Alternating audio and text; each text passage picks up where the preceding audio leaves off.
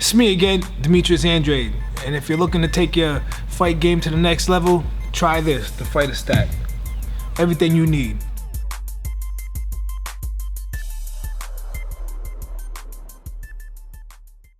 Hey, what's up, everybody? Marcos Villegas here for Fight Up TV, being joined with Abel Sanchez, a friend of the channel.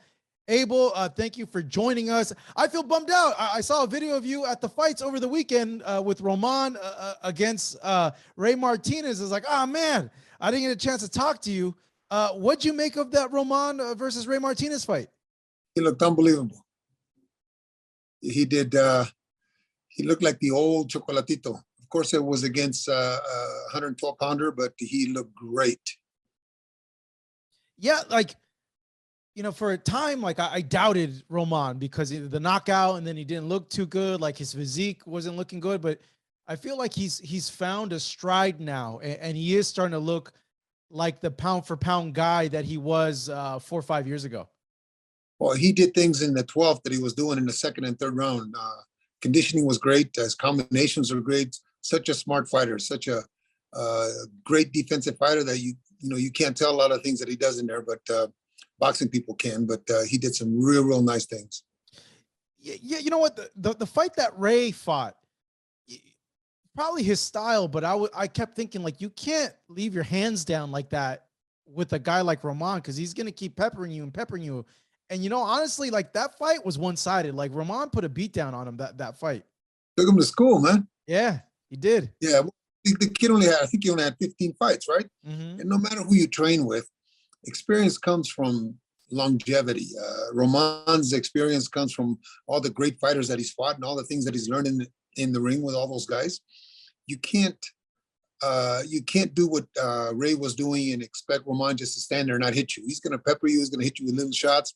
They're scoring shots, and somewhere in about the 7th or 8th round, I saw them in the corner massaging his legs and his arms like he was wore out. Then body shots take their toll. I mean, you can't let somebody like Roman just keep punching at you like that at the body and expect it for not to have any effect.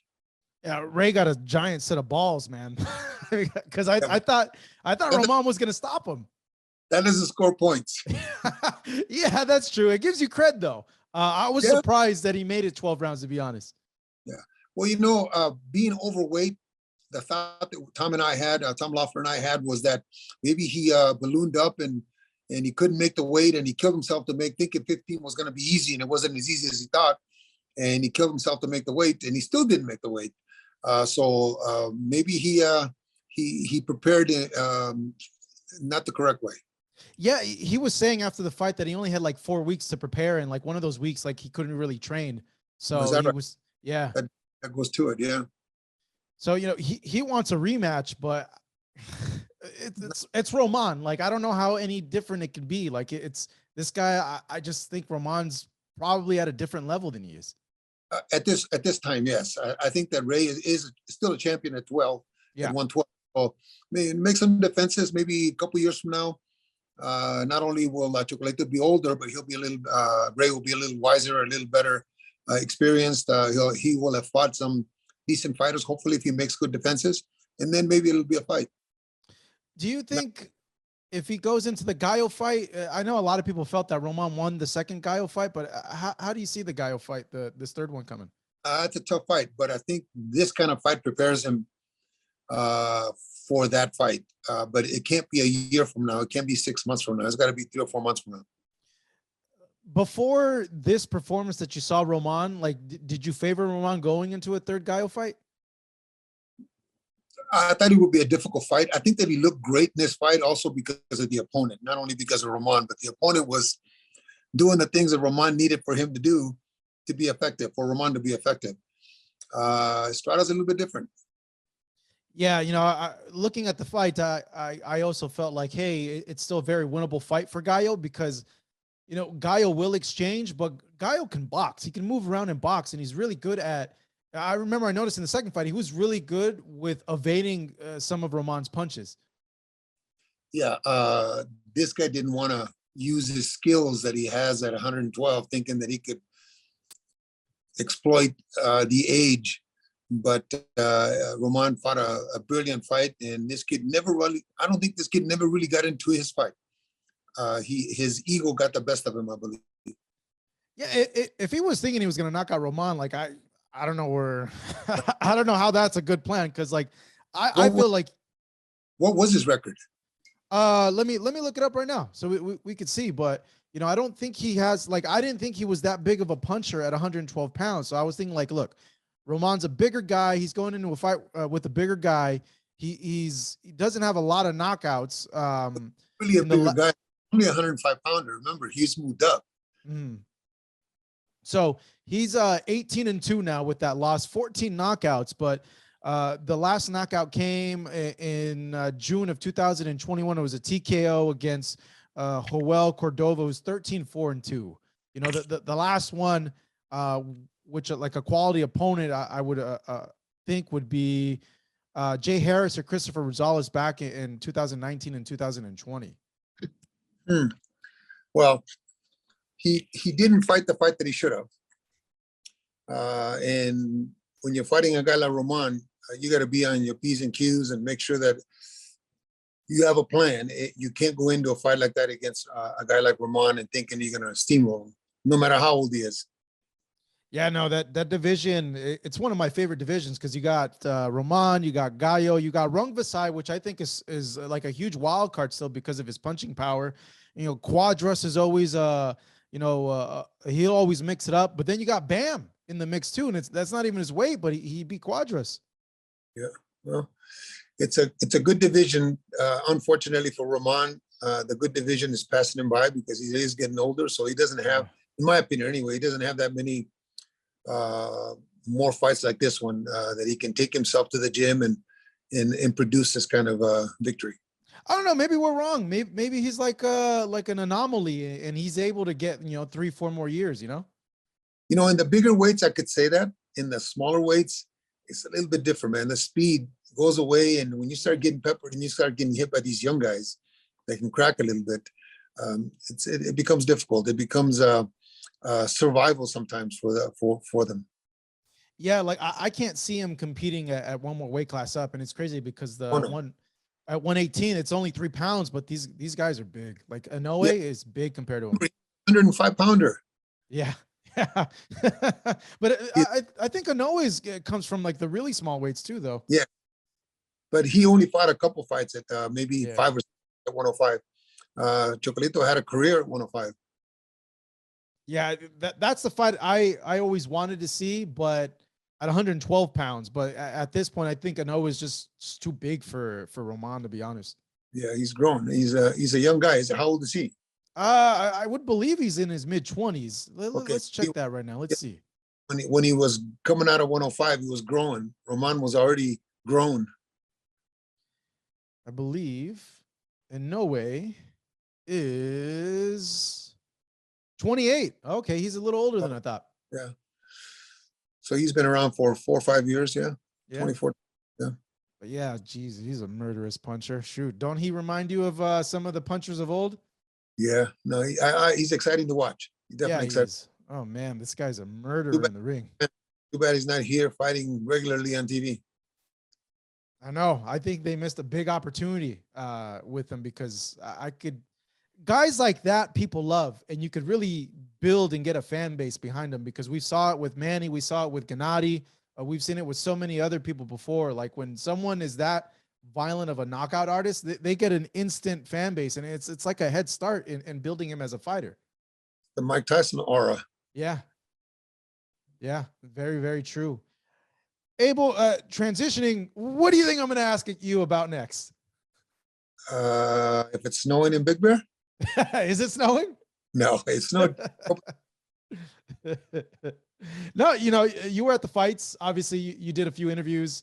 Canelo stepped in the ring, talked about his next fights. I just wanted to get your thoughts on these 2 next fights, because one of which involves a fighter in Gennady Golovkin that you trained for a very, very long time. But going to the Bivol fight, how tricky is this fight? Or is this a fight that you feel Canelo should win comfortably?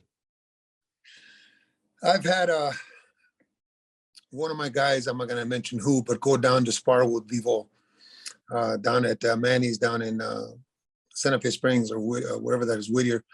And my guy didn't have a hard time with him. He is a very skilled fighter, but he's a very cautious fighter. He doesn't take the chances that you need to take at that level. As you're coming up, maybe, but at that level, you need to take some chances to make things happen. And he doesn't seem to have that gear. Canelo was supposed to have a tough fight against Saunders. Canelo was supposed to have a tough fight against Plant. But by the 5th or 6th round in both of those fights, he was like hitting the bag. He could have closed his eyes and hit these guys. So I think Canelo's in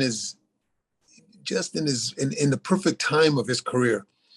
Bivol will present some problems at the beginning, just like Rey did to Chocolatito. But once Canelo zooms in, maybe 6, 7, 8 round, and it's I'm not gonna say an easy fight, but it's a fight that will be easily won by him.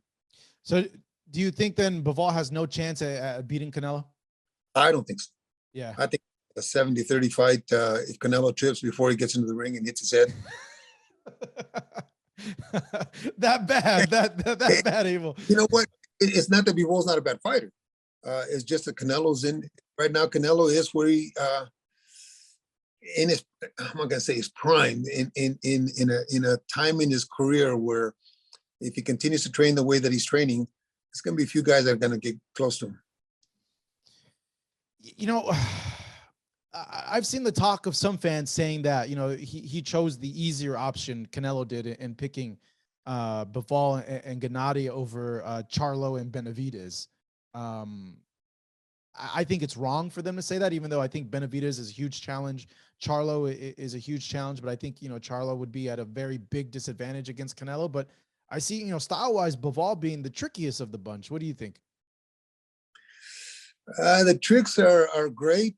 Technique is great, but when you start getting hit, all that goes out the window. When Canelo stalks you like he does and lands shots where he lands them, it's going to be difficult to stay away from him because, like I referenced in the last 2 fights, by the middle of the fight, he's throwing shots like he's hitting a bag. He doesn't really have no regard for who's in front of him.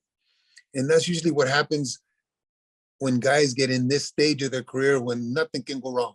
Nothing in their mind can go wrong, and there's nothing anybody can do that can beat me. And, you know, I had it with Terry Norris when he fought Ray Leonard and Donald Curry and some of those guys.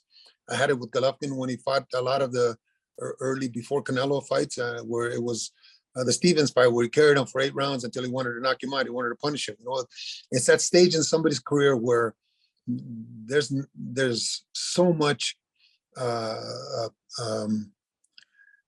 can I say, there's so much belief in what they're doing that nobody's in front of them. And it's not that Bivol's not a bad fighter. He's a world champion. He's a great fighter. But Canelo's on a different level right now. Do you think Canelo ends up stopping him? I don't think so. I think Bivol is tricky enough to be able to withstand. But he's going to take punishment, though, towards us, the last third of the fight. He's going to take punishment. I wonder then if it's going to be like a boring fight then, if, you know, no, it's just boxing to just survive. No, it's not going to be a boring fight. Bivol's got skills. Bivol has got a great amateur career, but the amateurs and the pros are a different thing. And right now he's not an amateur, but he's not really the pro that he needs to beat a Canelo. He's just lacking the experience. Not experience, just the medal, the Chocolatito medal that you need to have. The extra, yeah. That level is different. There's only, in my opinion, there's only 3 guys that can beat Canelo right now. Who are those 3? That's better Biev. He's just a bigger man that is strong as a bull. You're gonna have to hit him with a bat to stop him. David Benavidez and Gennady Golovkin if he gets in shape the way he used to. And I shouldn't say in shape. If he fights like he used to. Right now he's trying to be something that he's not. Right now he's trying to be a boxer and he's not a boxer, man. He's taking shots and he's taking punishment that he shouldn't take. He is a stalker. He is a guy that would keep Canelo on his back foot, that would keep Canelo thinking because he can crack. And the Golovkin that would stalk like Canelo does would be a great fight for the fans. But can he get to that point again? I don't know. Thank you so much for watching this video, and make sure to subscribe for more videos of your favorite fighters over here on Fight Up TV. And give us a follow online as well at Fight Up TV on Twitter and on Instagram. We appreciate it, guys.